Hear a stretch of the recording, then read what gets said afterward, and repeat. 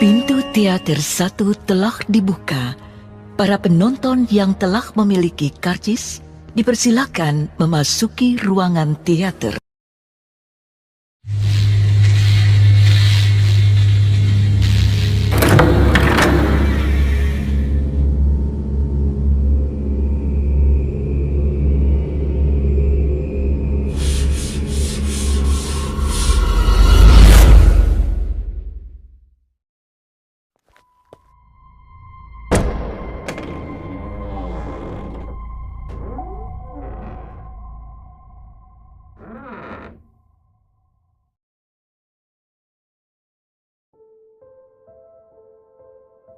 Cerita dimulai dari sudut pandang Danan. Hujan deras mengguyur hampir seluruh tempat yang bisa kami pandang. Sayangnya hanya padang pasir yang luas yang terlihat di hadapan kami. Dengan hujan sebanyak ini gak ada tanaman yang tumbuh di tempat ini. Aneh. Tanyaku sembari menatap padang pasir tanpa ujung yang sedang kami lewati. Setelah semua yang kita lihat dari kemarin, kamu masih nganggap tempat ini aneh, Nan? Kayaknya deskripsi kata aneh di pikiranmu tuh harus dibenerin. Balas Cahyo sembari melindungi kepalanya dari hujan dengan sarungnya. Santai Tojul, jangan sampai kalau kita kembali ke alam manusia justru ngerasa aneh. Balasku saat itu. Pak Le masih sibuk memeras bajunya, sementara kami semua berlindung di bawah tubuh Wanasura berharap hujan ini akan reda dalam waktu yang cepat. Jauh dari derasnya hujan samar-samar terlihat bayangan yang mendekat ke arah kami. Saat semakin dekat kami mulai melihatnya dengan jelas itu adalah sosok seorang manusia. Semuanya bersembunyi. Perintah Nyi Sendang Rangu. Kami pun bersembunyi di antara bulu lebat Wanasura. Sementara Nyi Sendang Rangu melakukan sesuatu yang membuat keberadaan kami tidak disadari oleh orang itu. Tak mengapa Nyi Sendang Rangu meminta kami untuk bersembunyi. Padahal yang melewati kami terlihat layaknya manusia biasa seperti kami. Aku menanyakan hal itu padanya tepat setelah orang itu menjauh. Kalau ada manusia yang bisa bertahan di alam ini, dia pasti bukanlah manusia biasa. Kita tahu dengan jelas bagaimana alam ini melahap kewarasan setiap makhluk yang berada di tempat ini. Jelasnya Sendang Rangu. Memang benar, orang itu pasti bukanlah manusia biasa. Apalagi pakaiannya terlihat sangat tua dan lusuh seperti pakaian zaman kerajaan dahulu, bahkan lebih tua. Kami merasa penasaran dengan orang itu. Pasti ada sesuatu di alam ini yang membuatnya bertahan. Mungkin saja itu juga bisa memberi petunjuk untuk keluar dari tempat mengerikan ini. Nyi, apa kita bisa mengikuti orang itu? Tanya Pak Le. Bisa saja, kita hanya bisa melihatnya dari jauh. Jawab Nyi Sendang Rangu. Dengan berhati-hati kami pun mengikuti arahan Nyi Sendang Rangu untuk mengikuti orang itu. Ia menelusuri padang pasir ini cukup jauh, sampai akhirnya terhenti di sebuah tempat menyerupai jurang yang sangat besar. Tidak seperti tempat di sekitarnya. Jurang itu dipenuhi tanaman-tanaman dengan daun yang mengering. Tapi bukan itu yang menarik perhatian kami. Ada 5 bangunan batu tua menyerupai candi dengan altar sesembahan di hadapannya. Ada kekuatan mengerikan dari setiap tempat itu, namun orang itu dengan santainya masuk ke salah satu tempat mengerikan itu. Pak Le, arca-arca itu. Aku mencoba menunjukkan apa yang menarik perhatianku kepada Pak Le. Di sekitar kompleks bangunan itu terdapat arca yang sangat tidak asing. Sepertinya arca itu mirip dengan yang tersebar di beberapa tempat di Pulau Jawa. Akhirnya kita tahu mengapa arca berwujud makhluk-makhluk aneh itu tidak pernah ditemukan sejarahnya. Ternyata ada hubungannya dengan tempat ini. Balas Pak Le. Selang beberapa lama tiba-tiba muncul getaran dari sekitar bangunan itu. Ada bayangan hitam yang membentuk sebuah lingkaran. Bayangan itu semakin pekat hingga setelahnya muncul sesuatu yang terjatuh di altar sesembahan itu. Manusia. Tidak, itu adalah jasad wanita yang telah mati. Ada 5 jasad yang muncul di tempat pemujaan yang tersedia di sana. Kami sama sekali tidak membayangkan apa yang akan terjadi. Tapi itu semua terjawab ketika sosok manusia itu keluar dari tempatnya tanpa sehelai benang pun di tubuhnya. Sangat menjijikan. Kami menahan rasa mual kami pada saat kami menyaksikan manusia itu menyetubuhi satu persatu jasad yang ada di tempat itu. Ritual tantra kiri. Tapi Pak Le belum pernah melihat yang semengerikan ini. Gumam Pak Le. Aku menoleh ke arah Pak Le. Ia juga terlihat sedang menahan rasa jijiknya. Namun di balik itu pasti ada perasaan mengerikan dari hasil ritual ini. "Nan, sepertinya kita pernah melihat yang seperti ini kan?" ucap Cahyo. Aku mencoba mencerna ucapan Cahyo. Dia benar, tidak mungkin kami lupa kejadian saat kami masih sekolah. Kejadian serupa terjadi di sebuah rumah di desa yang telah ditinggalkan oleh penghuninya sewaktu kami masih sekolah dulu. Pergi dari sini," perintahnya Sendang Rangu tiba-tiba. "Ada apa, Nyi?" tanya Cahyo dengan bingung. "Sudah, nurut saja," balasku sembari menarik tubuh Cahyo. Memang sejenak berada di alam ini petunjuknya Sendang Rangulah yang bisa membuat kami bertahan hidup. Tapi kali ini wajahnya terlihat begitu cemas. Tidak lama rasa penasaranku pun terjawab. Kekuatan besar yang mengerikan muncul dari tempat di mana manusia itu melakukan ritual. Ada sesuatu yang mengganjal ingatanku, tapi rupanya tidak hanya aku. Cahyo pun ikut terhenti dan menoleh sekilas ke tempat tadi. "Nan, suara raungan itu," ucap Cahyo. "Bener Jul, suara tembang yang sumbang itu." Sepertinya Pak Le juga merasakan perasaan yang sama seperti kami. Tapi Pak Le lebih memilih menarik kami dan memastikan kami menjauh dari tempat itu. "Pak Le, setan-setan itu," ucapku mencoba mengingatkan Pak Le. "Diam, jangan sampai kita berhadapan dengan makhluk-makhluk itu. Di alam manusia saja nggak ada cara untuk membunuh mereka, apalagi di alam ini," ucap Pak Le. Benar ucapan Pak Le. Tapi biar bagaimanapun keberadaan makhluk itu sempat membawa mimpi buruk untuk kami. Tangan Cahyo pun terlihat menggenggam dengan keras menahan rasa kesalnya.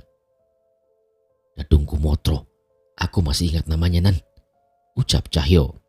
Mendengar nama itu seketika Nyi Sendang Rangu terhenti. "Nama itu, apa benar itu nama makhluk yang berada di sana?" tanya Nyi Sendang Rangu. Aku mengangguk memastikan ingatanku juga sama dengan Cahyo. "Pergi, jangan berurusan dengan mereka." Wajah Nyi Sendang Rangu yang selama ini tidak pernah gentar dengan siapapun kini terlihat ragu. Tapi aku khawatir, saat kami dipertemukan lagi, aku takut bahwa ini adalah takdir bahwa kami harus menghadapinya tidak lama lagi. Sebuah gapura tua terpampang di hadapan Pak Waja dan Mbah Jiwo. Itu hanya gapura kayu lapuk yang bahkan nama desanya pun sudah tidak terbaca. Bahkan butuh waktu berjalan hampir 1 jam dari gapura yang terletak di mulut hutan itu untuk mencapai tempat yang dituju oleh Mbah Jiwo. "Jadi ini tempatnya?" tanya Pak Waja dengan wajah yang canggung. "Iya Pak, saat menginjakan kaki di tempat ini semua orang pasti dapat merasakan dosa-dosa yang telah diperbuat oleh leluhur saya," ucap Mbah Jiwo. Pak Waja terlihat sedih. Ia seperti merasakan sesuatu dari tempat itu. Lagi pula, tanpa kemampuannya saja semua terlihat dengan di depan mata kedua mereka saat ini sudah dapat menggambarkan apa yang pernah terjadi di desa itu. Saat ini hanya puing-puing rumah yang sudah tidak berbentuk yang ada di sana, tapi tidak sedikit tulang belulang berserakan di tempat ini. Di beberapa pohon masih terikat tengkorak kepala yang telah terpisah dari tubuhnya yang terjatuh. Siapapun yang melihat tempat itu saat ini pasti memahami, bukan sekadar pembunuhan yang terjadi di sana, tapi pembantaian. "Apa yang terjadi di sini, Mbak Jiwo? Saya nggak bisa membayangkan semengerikan apa saat itu. Bahkan saat ini teriakan-teriakan mereka terngiang-ngiang di telinga saya," tanya Pak Waja yang terlihat begitu terpukul. Mbah Jiwo mengusap air matanya. Ia mencoba mengingat apa yang terjadi di tempat ini saat ia masih sangat kecil. "Saya nggak tahu akar permasalahannya Pak Waja, tapi semuanya terjadi begitu saja. Yang bisa kupastikan, ini semua adalah bunga dari ketamakan kami saat itu," jelas Mbah Jiwo. Yang Mbah Jiwo tahu berbagai kejadian terjadi antar kedua desa yang sebelumnya hidup berdampingan. Desa Dawu Setro dikuasai oleh leluhur Mbah Jiwo yang dikenal sebagai penempa pusaka terpandang. Dan desa Kumolo Randu dikuasai oleh warga yang terasingkan diri dari peperangan saat itu. Entah pertikaian bermula dari mana, tapi di antara warga desa tersebar kabar bahwa empu dari desa Dawu Setro dibunuh oleh salah satu keluarga di desa Kumolo Randu dengan keris yang ditempa oleh empu itu sendiri. Ada yang bilang itu adalah balas dendam, tapi tak ada yang bisa membuktikan kebenaran atas insiden itu.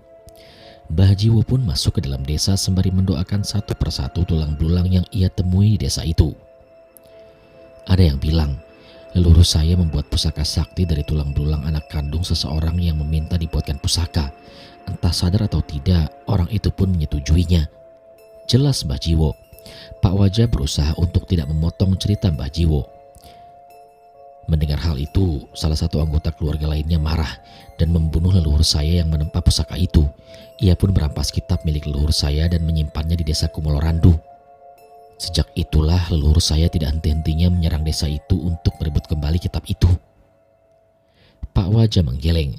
Ia merasa ada yang kurang dari cerita Mbah Jiwo. Ada kekuatan lain. Aku merasakan ada kekuatan lain yang ikut campur dengan hal itu.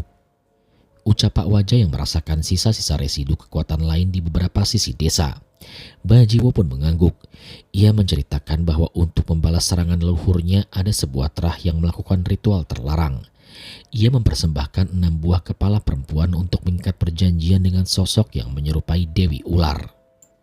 Dengan kekuatan sebesar itu dari kedua pihak, desa di tengah hutan ini menjadi medan peperangan. Makhluk-makhluk kiriman bermunculan memangsa anak kecil. Ilmu-ilmu hitam saling menghabisi warga yang tidak berdosa, dan hanya sebagian kecil dari kedua desa yang bisa melarikan diri dari target itu. Pak Wajah mendengarkan kisah Mbah Jiwo dengan emosi yang tidak beraturan. Jelas ia merasakan keberadaan roh-roh yang masih penasaran di sekitaran desa ini. Mereka berdua pun berjalan ke sebuah bekas bangunan besar yang sudah ambruk. Tapi bukan tempat itu yang mereka tuju. Ada kuburan yang tetap terlihat megah walau sudah dipenuhi tumbuh-tumbuhan di sekitarnya. Kalau ada tempat teraman di mana kitab itu disembunyikan, itu pasti di tempat ini, ucap Mbah Jiwo. Ia mencari beberapa benda dan menemukan cangkul yang sudah berkarat di salah satu sudut bangunan. Mbah Jiwo membawa cangkul itu ke salah satu makam yang cukup megah dan menggalinya dengan sangat hati-hati. Pak Wajah mencoba mencari sesuatu untuk membantu Mbah Jiwo menggali. Tapi saat ia berpaling, tanpa sadar sudah ada seseorang yang memperhatikan mereka dari jauh. Maaf, Bapak siapa? Tanya Pak Wajah pada seseorang yang memperhatikan mereka.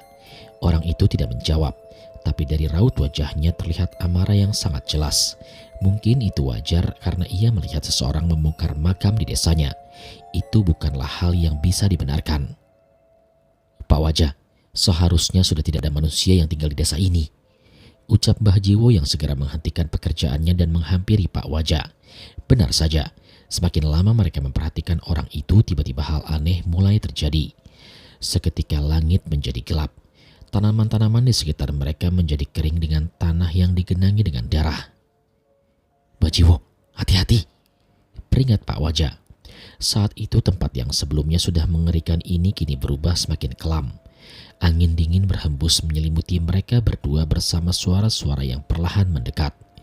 Perlahan satu persatu muncul sosok yang memenuhi desa tersebut dengan wajah pucat dan kondisi yang mengerikan. Ada yang seluruh tubuhnya gosong seolah terbakar api, hingga sosok dengan tubuh yang tidak lengkap. Kami sudah menanti kedatanganmu. Dendam kami harus terbalaskan agar kami tenang, ucap salah satu makhluk itu. Mbah Jiwo memperhatikan beberapa sosok yang muncul.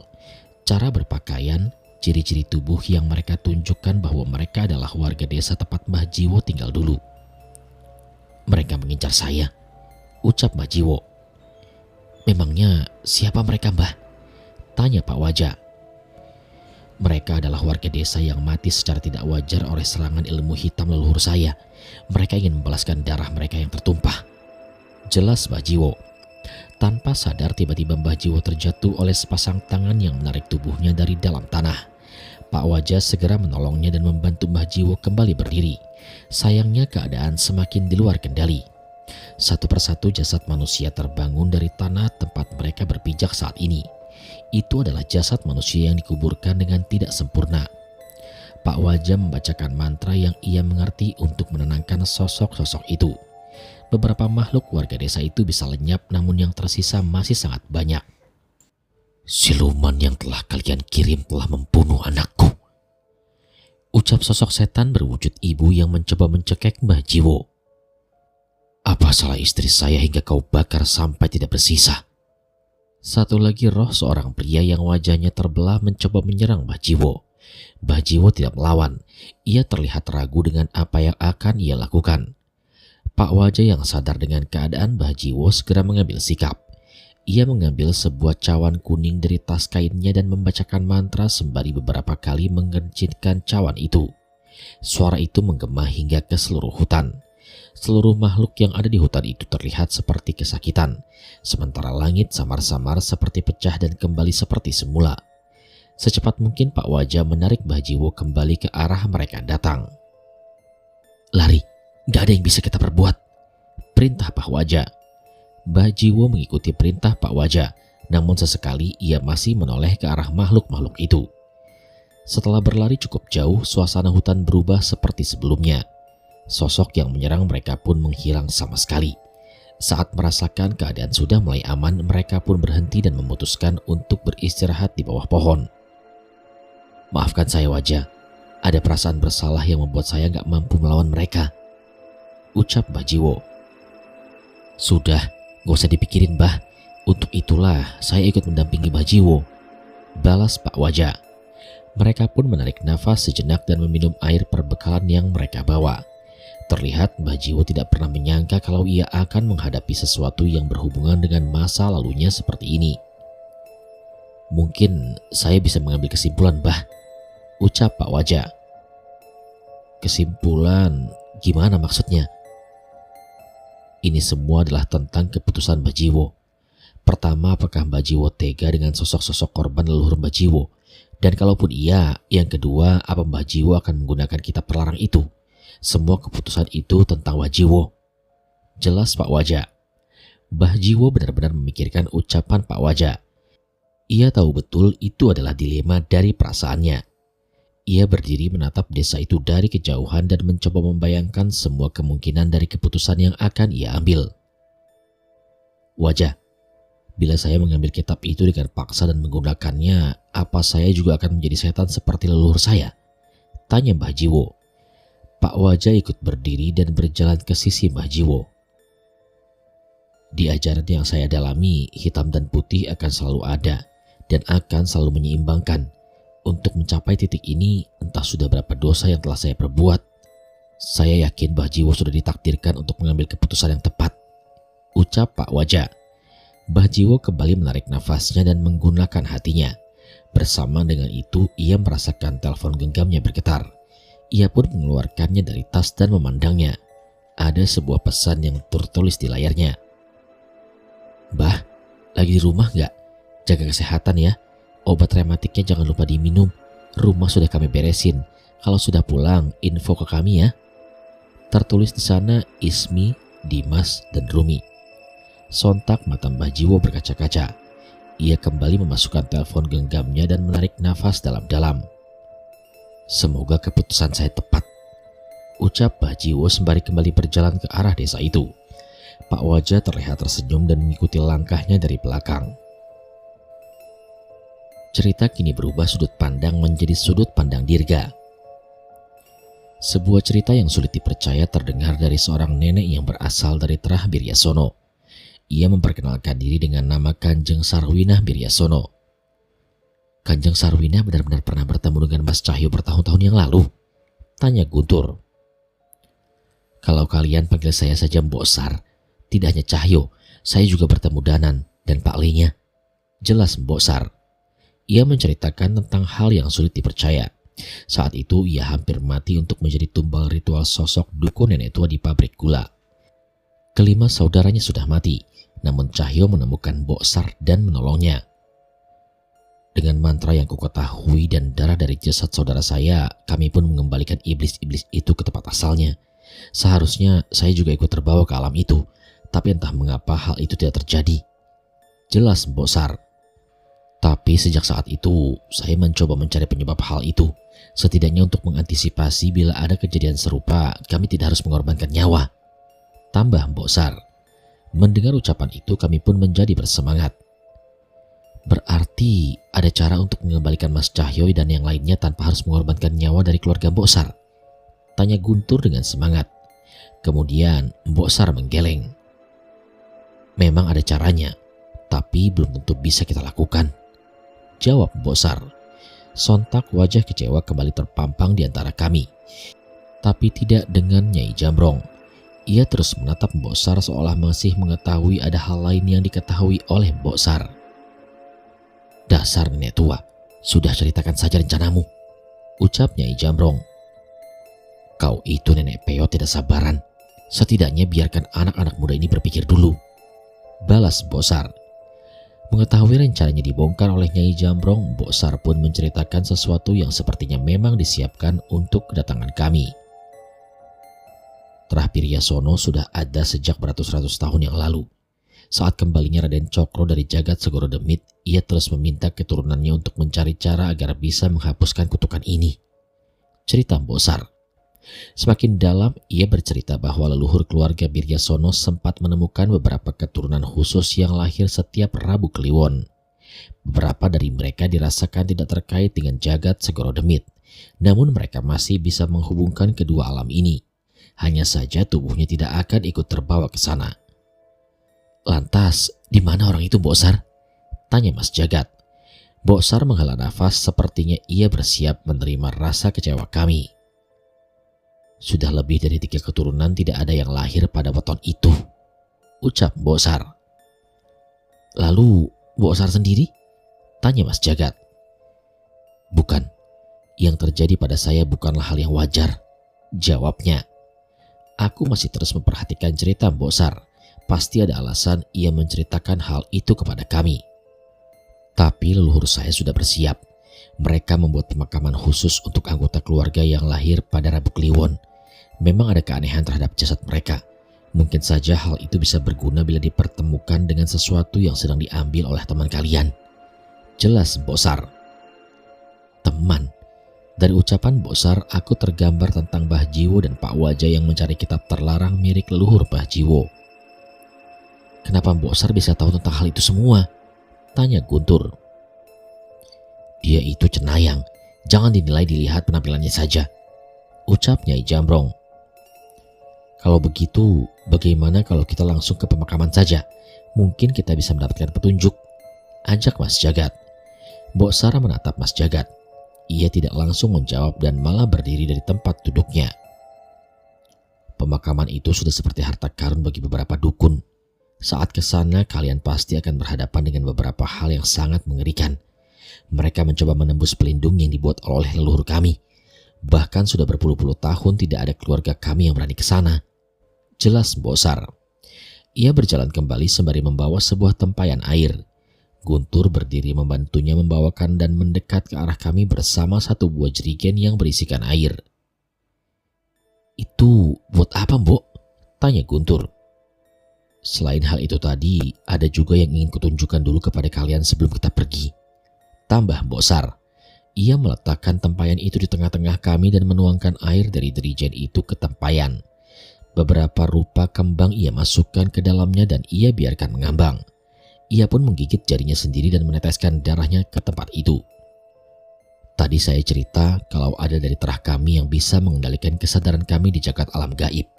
Sayangnya walau begitu, kami hanya bisa merasakan keberadaan kami di sana dan tidak bisa melakukan apapun. Tapi saya melihat ada sosok Dewi Sendang yang dilindungi teman-teman kalian. Saya pun mencari air dari sendang itu. Semoga saja ini berhasil," ucapnya saat itu. Aku mulai bisa membayangkan apa yang akan dilakukan oleh Mbok Sar. Semoga saja itu benar. Ada beberapa mantra panjang yang ia bacakan.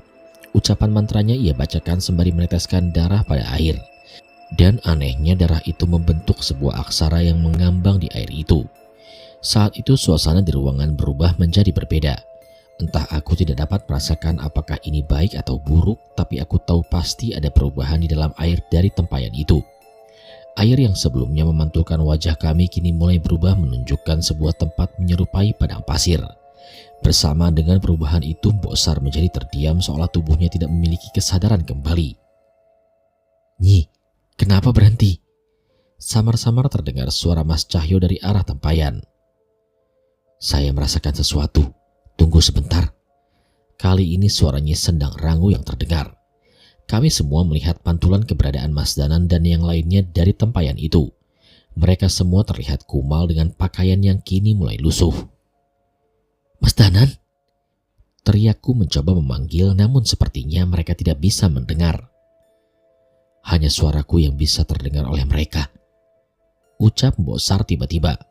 Tapi kali ini suaranya berasal dari arah tempayan itu. Sepertinya itu adalah kesadaran Mbok Sar yang sudah berpindah ke jagat Segoro Demit. Bayangannya terlihat di air yang mengambang di sana. Siapa kamu? Mengapa aku merasakan keberadaan air sendangku? Tanya Nyi Sendang Rangu dengan waspada. Sabar Nyi, saya hanya ingin menunjukkan keadaan kalian kepada mereka yang khawatir. Ada 2 anak kecil, seorang pria dan seorang nenek tua peot yang bersamaku saat ini, ucap Mbok Sar. 2 anak kecil, pasti Guntur sama Dirga, potong Mas Cahyo. Betul nak, sayangnya hanya kesadaran saya yang ada di sini. Bertahanlah sebentar, kami sudah dapat petunjuk untuk mengembalikan kalian, balas Mbok Sar. Cukup lama perbincangan itu terjadi. Pak Le, Mas Cahyo dan Mas Danan hampir tidak percaya bahwa Mbok Sar adalah seorang nenek yang ia tolong bertahun-tahun yang lalu. Lewat Mbok Sar kami juga menceritakan rencana kami untuk mengembalikan mereka. Seperti yang kami duga, mereka menentang dengan keras bila harus menukar kembalinya mereka dengan nyawa orang lain. Bok, kalau diingat tentang kejadian dulu, dukun nenek itu memiliki sosok tuan yang dipanggil dengan sebutan Raden. Dari simbol yang muncul saat ritual di pabrik gula, saya merasa itu ada hubungannya dengan sosok Raden yang pernah kami lihat saat masih sekolah dulu. Mas Danan sepertinya mencoba mencari petunjuk dari Mbok Sar. Mata Mbok Sar terlihat mengernyit mencoba memahami maksud Mas Danan. Di tempat ini kami melihat 5 bangunan menyerupai candi. Saat di sana kami merasakan keberadaan makhluk yang kami lawan di pabrik gula itu. Ada juga sosok manusia yang berbentuk tubuhnya mirip dengan sosok Raden yang kami lihat dengan jelas. Jelas Danan. Entah mengapa wajah Mbok Sar seketika terlihat serius. Ia menatap penuh ke arah Mas Danan. Jangan sekali-kali kalian mendekati orang itu. Kalian pasti mati, ucap Mbok Sar. Sebentar, maksud Mbok? Tanya Cahyo. Aku melihat tubuh Mbok Sar, nafasnya terlihat semakin kencang seolah cemas dengan sesuatu. Dia sudah muncul, gumam Mbok Sar. Dia? Memangnya dia siapa, Mbok? Tanya Pak Le. Mbok Sar menceritakan tentang kejadian yang hampir sama dengan yang kubaca di serat lontar Pak Waja. Jika dugaannya benar, sosok Raden itu adalah leluhurnya yang memiliki jalur hitam. Ia memilih untuk tinggal di jagat Segoro Demit dan kembali setelah semua ilmunya sempurna. Saat ilmunya sempurna, jangankan kelima titisan batara itu, ia bahkan bisa memanggil makhluk apapun dari alam itu ke alam kita. Jelas Mbok Sar. Raden Darwana Biryasono, ucap Mas Jagat mencoba mengingat-ingat nama yang tertulis di serat lontar. Tolong bilang ke Mas Jagat dan yang lainnya, Raden itu penganut ilmu tantra kiri. Saat melihat seseorang dengan ilmu itu, kalian juga harus menjauh. Aku dan Cahyo yakin dia orang yang sama dengan yang kami lihat dulu, ucap Mas Danan mencoba memperingatkan kami. Tak lama setelah ucapan itu, perlahan air di tempayan menjadi kusam. Kesadaran Mbok Sar pun mulai kembali ke tubuhnya. Saat itu Mbok Sar terlihat lemah dengan wajahnya yang pucat. Mungkin saja hal ini terjadi setiap Mbok Sar kesadarannya mulai kembali. Kita harus cepat, ucap Mbok Sar. Loh, kenapa jadi buru-buru, Mbok? Tanya Guntur. Tanpa menunggu jawaban, Nyai Jambrong segera membuka lebar pintu rumah dan bersiap untuk keluar. Kalau Raden mulai kembali, ia pasti juga mengincar sesuatu di makam itu. Dan bila dia mendapatkannya, yang terjadi akan semakin mengerikan. Jelas Mbok Sar. Kami pun mengikuti perintah Mbok Sar untuk keluar dan mengikuti petunjuknya. Terlihat sudah ada beberapa keranda yang sepertinya berisikan jenazah anggota keluarga Biryasono yang dibunuh kemarin. Kanjeng mau kemana?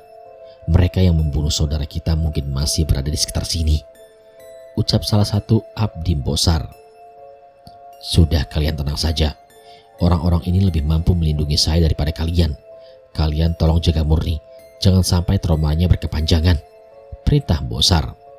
Abdi itu menoleh ke arah kami sebentar dan memilih percaya dengan ucapan Mbok Sar. Baik Kanjeng, perintah saya terima, ucapnya yang segera meninggalkan kami.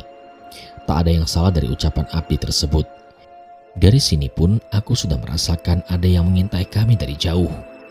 Aku pun sadar ada sesuatu yang membuat mereka tidak bergerak menyerang kami. Itu pasti karena keberadaan Nyai Jambrong di dekat kami. Mobil Mas Jagat hanya mampu mengantar kami sampai ke sebuah mulut hutan. Dan tempat yang dimaksud oleh Mbok Sar ternyata jauh lebih dalam dari apa yang kami kira. Walau begitu, entah mengapa Mbok Sar tetap terburu-buru melangkah ke dalam hutan. Walau terlihat tidak akur, aku sempat melihat Nyai Jambrong menyalurkan tenaga ke Mbok Sar agar ia bisa berjalan lebih cepat. Aku benar-benar penasaran dengan hubungan kedua nenek tua ini.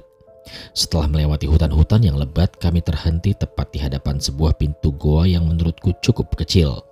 Mungkin hanya sebesar 2 atau 3 orang dewasa. Entah bagaimana isinya. "Bosar, jangan bilang makam itu ada di dalam goa," tanya Guntur dengan panik. "Kalau takut tunggu saja di luar sambil main kelereng," ledek Nyai Jambrong. Enak saja. Mana mungkin Guntur takut. Artinya kan kita harus cari sesuatu agar bisa jadi penerangan, balas Guntur. Aku tahu Guntur sepertinya juga cukup takut masuk ke dalam goa gelap itu. Apalagi itu adalah tempat keramat yang diincar banyak dukun jahat. Sebenarnya aku juga sama, hanya saja aku tidak seberani Guntur untuk berbicara. "Ayo kita masuk, Mbok," ajak Mas Jagat. "Tahan, jangan sembarangan," ucap Mbok Sar. Baru saja mengucapkan kata-kata itu, tiba-tiba tercium bau amis mengelilingi kami semua. Kami mencari arah bau itu yang ternyata berasal dari sosok tak kasat mata yang baru saja keluar dari goa itu. "Setan brengsek, kemana Nyai Kulambang penjaga goa ini?"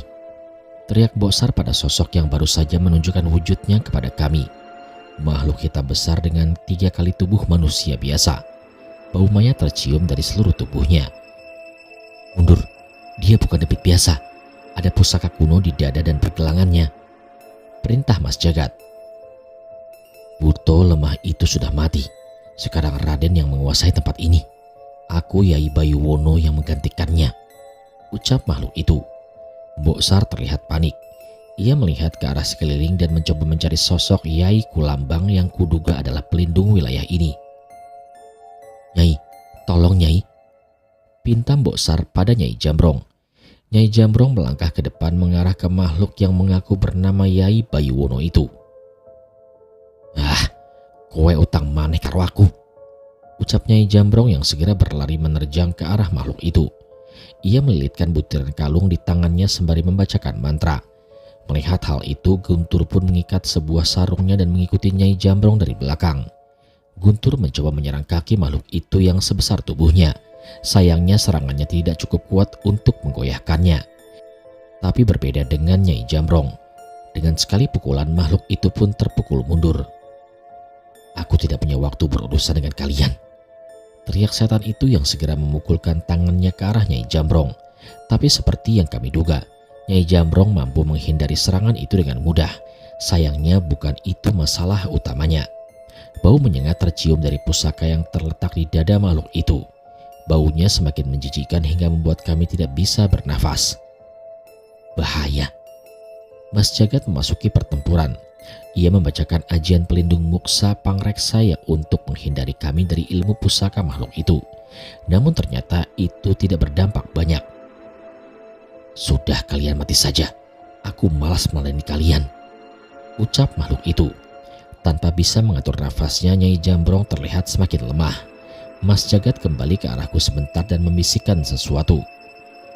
Sementara itu Guntur menutupi wajahnya dengan sarung dan beberapa kali melompat ke arah pohon dan bersiap melancarkan sebuah tendangan yang ia selimuti dengan ilmu kebatinan. "Guntur, jangan!" Aku tahu itu adalah perbuatan bodoh karena makhluk itu sadar dengan keberadaan Guntur dan bersiap membantingnya dengan pukulannya. Tapi aneh, saat makhluk itu bersiap untuk berdiri, tiba-tiba ia terjatuh. Kaki makhluk itu tidak bisa bergerak. Sementara itu tendangan Guntur berhasil membuat makhluk itu memuntahkan darah hitam dari mulutnya, tepat setelah tendangan Guntur mendarat di belakang kepalanya. "Apa ini, bocah brengsek?" Aku melihat kaki makhluk itu terlilit oleh benda menyerupai lidi yang dibuat dengan batang daun lontar. Aku memang pernah mendengarnya bahwa benda itu bisa melukai sosok gaib, tapi aku tidak pernah membayangkan dapat menggunakannya seperti ini. 1-0 ya, Mbah?" ucap Guntur kepada Nyai Jamrong. Jangan sombong bocah, dia bangun lagi, balas Nyai Jamrong. Yai Bayuwono kembali berdiri dan bersiap membalas serangan Guntur. Namun dengan sedikit gerakan Guntur mampu menghindarinya setipis mungkin. Ilmu bela diri itu persis seperti yang kulihat saat bertarung bersamanya dahulu. Ayo Dirga, ucap Mas Jagat. Sesuai dengan aba-abanya, aku pun mengeluarkan keris dasa sukma dan bersiap menyerang makhluk itu. Seolah menyadari kemampuan pusakaku, makhluk itu mulai mengincarku dan melancarkan sebuah pukulan. Aku tidak bergeming dan terus menyerang Nyai Bayuwono sementara Mas Jagat mengalihkan arah pukulan makhluk itu dengan serangannya. Merasa mulai terancam, makhluk itu menggunakan pusakanya lagi. Kali ini asap hitam mengelilingi kami. Ada rasa sakit yang menyengat saat asap itu mulai menyentuh kulit kami. Kupastikan jasad kalian akan menjadi tumbal untuk kebangkitan pasukanku, ucap Nyai Bayuwono yang segera menghibaskan asap itu ke arah kami. Tapi belum sempat ia melakukannya, tiba-tiba asap itu menghilang bersama kedua wujud keris dasa sukmaku yang beradu dengan kedua pusaka Yai Bayuwono dan menghancurkannya. Terdengar suara retakan menggema bersamaan dengan hilangnya bau busuk dan asap hitam itu yang menyerang kami. Brengsek, sialan kalian. Makhluk itu semakin mengamuk menyerang kami. Namun tiba-tiba sebuah tendangan mendarat tepat di kepala makhluk itu dan membuatnya terkapar ke tanah. Raja bangsa butuh saja kuhadapi, apalagi setan bongsor seperti kamu. Tanpa pusaka, kau tidak lebih kuat dari buto alas, ucap Nyai Jamrong yang berhasil menaklukkan makhluk itu. Dan benar saja, tanpa pusaka serangan Nyai Jamrong berhasil membuat makhluk itu terkapar di tanah. Jangan urusi makhluk itu, kita harus segera masuk, ucap Nyai Jamrong. Entah mengapa aku merasa Yai Bayuwono merasa ketakutan saat kami pergi ke dalam goa. Tolong Kanjeng, tolong saya. Tanpa pusaka itu, setan-setan kiriman dukun-dukun itu pasti akan membalas dendam kepada saya. Tiba-tiba Yai Bayuwono memohon ampun kepada Kanjeng. Ia merasa ketakutan sembari menatap ke berbagai arah hutan ini. Benar juga, sedari tadi memang sudah banyak yang mengincar kami. Sosok-sosok mengerikan terlihat dari berbagai sisi hutan mengincar Yai Bayuwono. Demit sialan, berani-beraninya, ucap Nyai Jamrong dengan kesal. Mbok Sar menahan Nyai Jamrong dan mendekat ke arah Yai Bayuwono. Setelah ini aku akan memasang kembali pelindung di goa ini. Kalau kau bisa berjanji satu hal, mungkin kau kubiarkan masuk, ucap Mbok Sar. Mbok, yang benar, ucapku tidak terima. Mas Jagat menahanku. Sepertinya ia mempercayai keputusan Mbok Sar. Apa itu Kanjeng? Asal saya bisa hidup akan saya patuhi, ucap Yai Bayuwono. Setelah ini kau harus membawa Yai Kulambang kembali ke tempat ini. Bila tidak bisa, kau harus menggantikannya menjaga gua ini sampai akhir hayatmu, perintah Mbok Sar. Menurutku ucapan itu adalah sebuah pengikat. Seandainya setan itu sudah membunuh sosok Yai Kulambang, sudah pasti pilihannya hanyalah menjaga gua ini sampai akhir hayatnya. Yai Bayuwono terdiam mendengar syarat itu, namun Mbok Sar tidak memperdulikannya dan berpaling masuk ke dalam goa. Saya bersedia Kanjeng, saya berjanji, ucap makhluk itu. Ada sebuah mantra yang dibacakan oleh Mbok Sar. Selain pelindung goa, ada sebuah asap yang menutupi mulut goa. Sumpahmu terikat saat aku melewati asap itu, ucap Mbok Sar. Kami pun segera pergi meninggalkan Nyai Bayuwono. Aku menoleh ke arah makhluk itu dan menyaksikan ia sedang menerima kemungkinan terbaik yang bisa ia dapat setelah memasuki goa ini. Apa Mbok Sar yakin? Tanyaku yang bingung dengan keputusan Mbok Sar. Ia malah mendekat ke sebelahku dan mengusap kepalaku. Makhluk itu adalah Abdi Trabiryasono. Ia di bawah kuasa Raden Darwana. Lagi pula mengurungnya di goa ini lebih baik daripada mengambil resiko dia lolos berkeliaran di luar sana, jelas Mbok Sar. Mendengar penjelasannya pun aku mulai mengerti. Semakin berjalan ke dalam, cahaya matahari semakin tak mampu menjangkau ke dalam. Guntur terlihat sibuk mencoba menyalakan kayu kering yang sedari tadi ia cari di luar. Gak gitu caranya bikin obor, ucap Mas Jagat menghampiri Guntur. Ia pun mengambil sapu tangan di tasnya dan melilitkannya pada kayu itu. Ia membakar kain itu, memecahkan koreknya dan membiarkan minyak di dalamnya membasahi kain itu hingga api berhasil membakar kayu yang dibawa Guntur. Nih, pelan-pelan biasain matamu ya. Api begini gak akan tahan lama, ucap Mas Jagat. Matur nuwun Mas Jagat. Terlihat wajah Guntur terlihat lega. Sepertinya ia masih tidak terbiasa dengan tempat gelap. Aku mendekat ke arahnya untuk mencari penerangan. Tak lama tanpa sadar kami pun sampai di sebuah celah batu yang bertuliskan aksara Jawa. Jelas kami merasakan ada sesuatu yang mengerikan di dalam. Kami tidak dapat menggambarkan apa itu. Yang pasti itu adalah sesuatu yang sangat berbahaya. Ada yang aneh dengan Mas Jagat. Di saat kami ketakutan, ia malah tersenyum membaca tulisan aksara Jawa di batu itu. Mas, kok ketawa? Emangnya itu tulisan apa? Tanyaku yang memang kurang mengerti aksara Jawa. Satu masalah kita terselesaikan, Dirga, ucap Mas Jagat. Sudah kubilang, ini semua sudah ditakdirkan, ucap Mbosar. Guntur mendekatkan obornya ke batu itu dan mencoba membacanya sendiri. Artinya apa, Tur? Tanyaku. Kurang lebih ini pesan dan bekas darah di dinding itu adalah persetujuan mereka, ucap Guntur.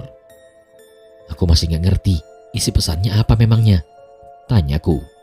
Guntur membacanya dengan seksama pesan pendek itu dan mencoba menjelaskannya kepadaku.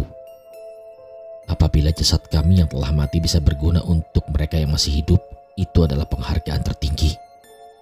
Kurang lebih itu isinya, Dirga, ucap Guntur. Aku mengerti.